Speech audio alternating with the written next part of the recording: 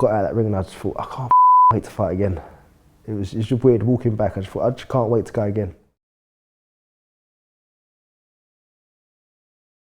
John Ryder, where did it all begin? Why do you fight? It starts back from the early days, the 90s, the golden era for the middleweight, super middleweight division, the Ben Eubank days. Being able to stay up late to watch them, the Prince Nazeems, these great showmen that come before us. And you grew up in Islington. It was always a hotbed. I remember I covered the amateur clubs in Islington. It was a hotbed for boxing, wasn't it?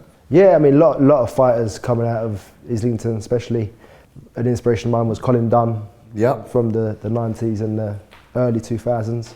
That's one of the reasons I got into boxing as well, supporting him throughout his career and the back end of his career, and just really taking an interest in it then. Well, where did you start off? Well, I started off at the Finchley when I was, I think I was 12 at the time. My dad was a good friend of Jimmy Oliver's, so he said, I've got a friend, we're going to see him.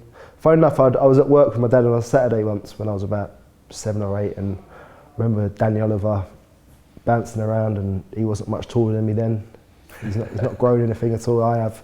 And my dad told me that he used to box and that his brother was a good fighter, and obviously later got to learn about Spencer. So yeah, it's just a natural progression of me to want to go and try boxing and train out at the Finchley for a while.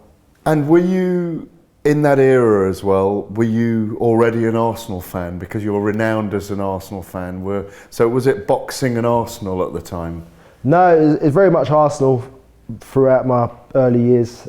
Just loved Arsenal, and the best time to be an Arsenal fan was in the 90s with the cup parades right outside the flats I grew up in, up at the town hall. So the years we was doing well was great to grow up around that area and just see the parades go by, see the Arsene Wengers, the Henrys, the Anelkas out on the balcony lifting the trophies. Ian Wright, obviously being the character he was, obviously doing something. I think don't know if he stood on the side of a bus once and nearly dropped the trophy. Always giving us moments to remember. Tell me about your boxing then. When did you realise that you had talent at it? As you say, you kind of, even from the age of 8, you were interested. You go to the Finchley gym. You know, the great Oliver family are there. How did you develop through the years? Did you know that you had this great talent for it very soon? No, not at all really. I just enjoyed the training, the sparring.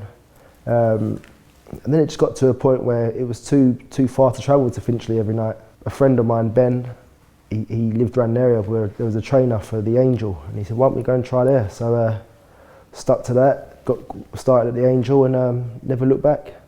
Tell me about your development. You started off fighting kind of at middleweight, but we now know you as a super middleweight. Your best performances have come at super middleweight. Yeah.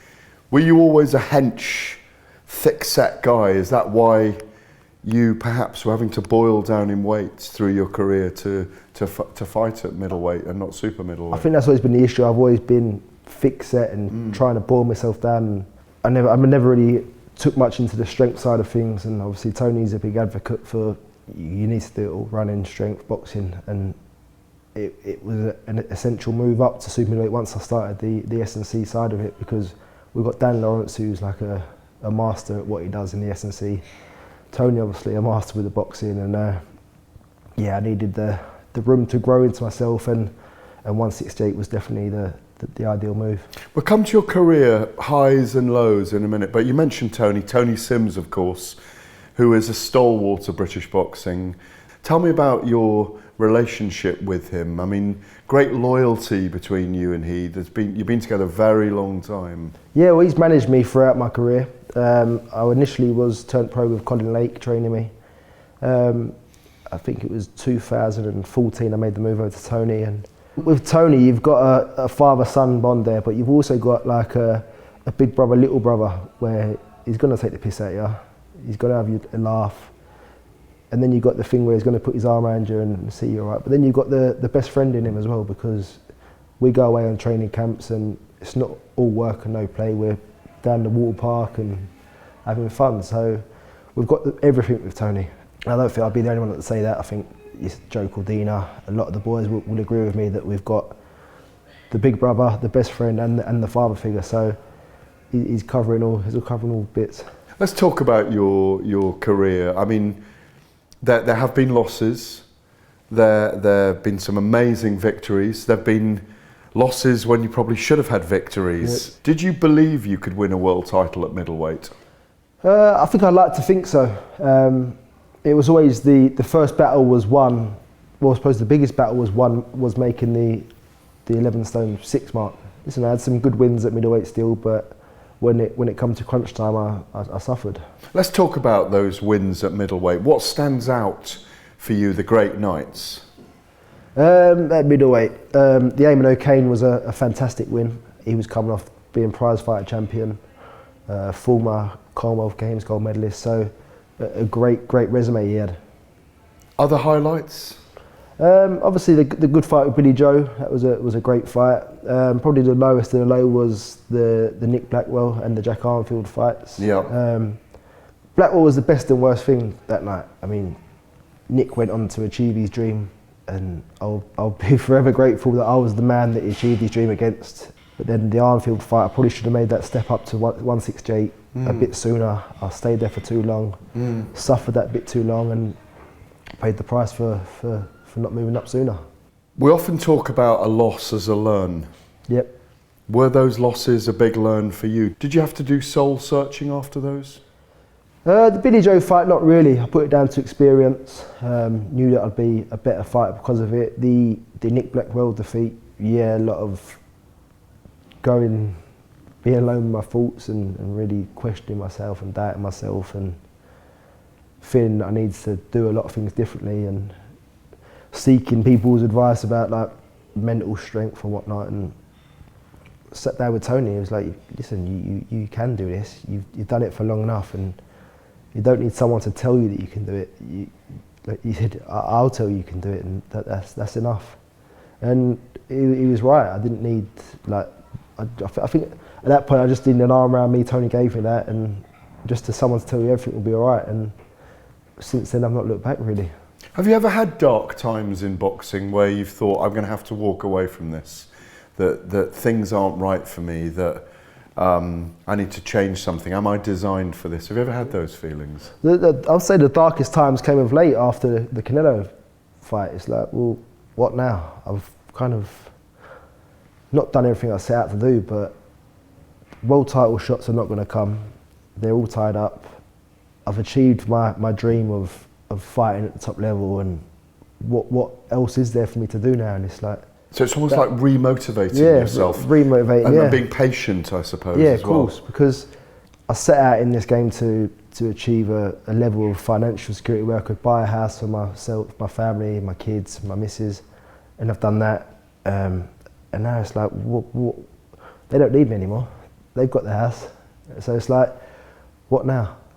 But obviously I've still got a lot of desire. I still want to inspire my kids and inspire other kids that you can achieve great things regardless of wins or losses. So I think for me now that's the driving force, just to keep showing my kids what you can achieve at something you love.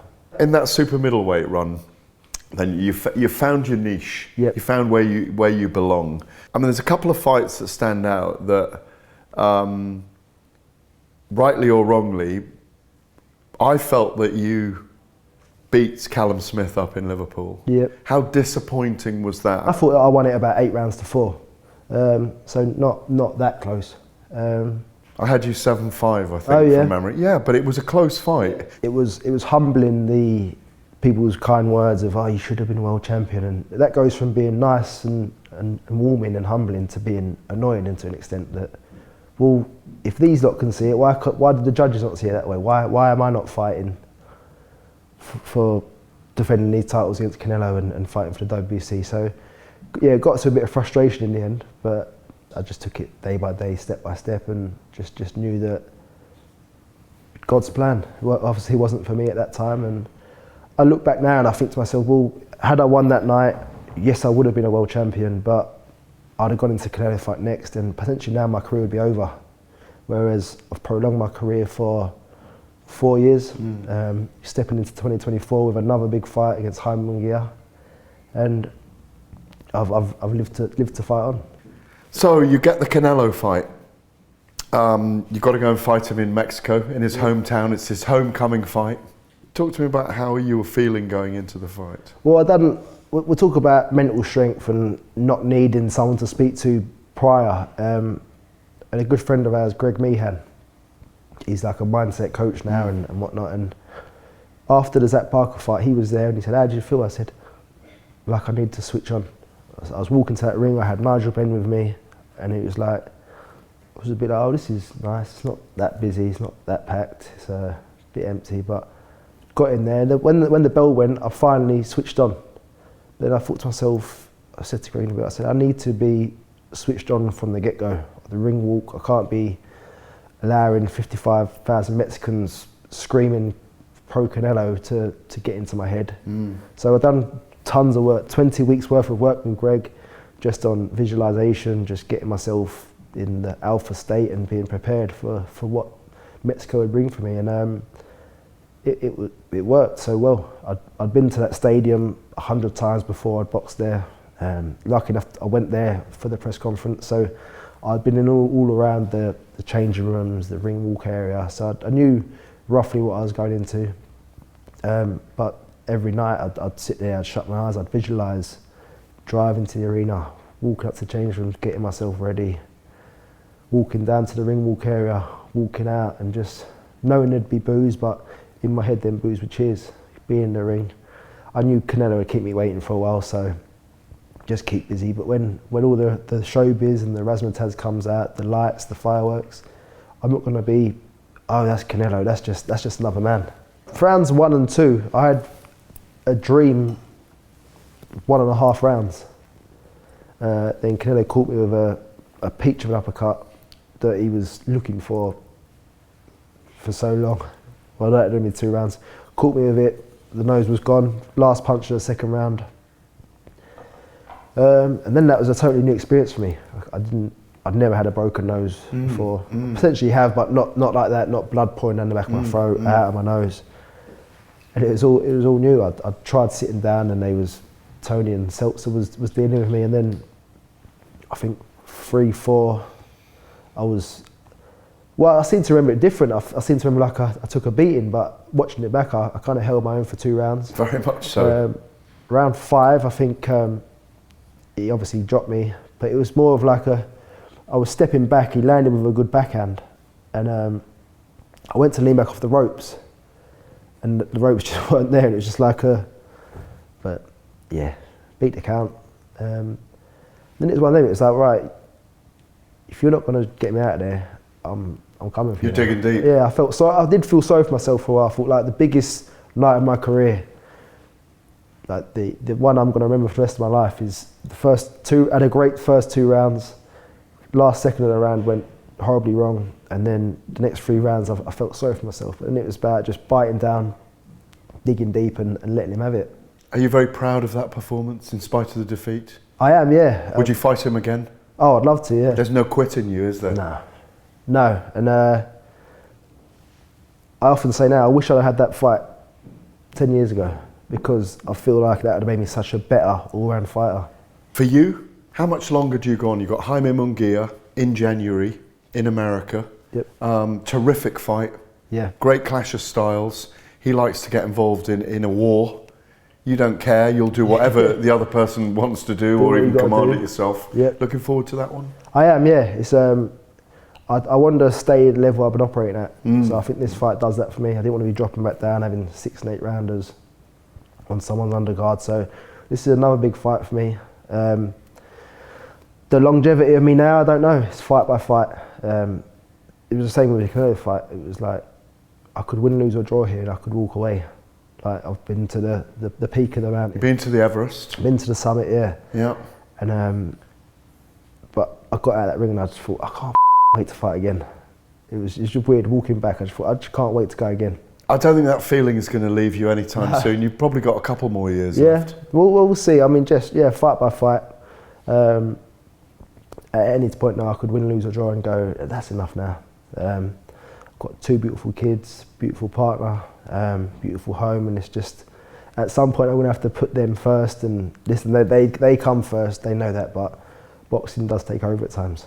The silverback gorilla. Yep. Great to see you, John. Thank Great you to see you, so Gareth. much. Thank Cheers. you. Cheers.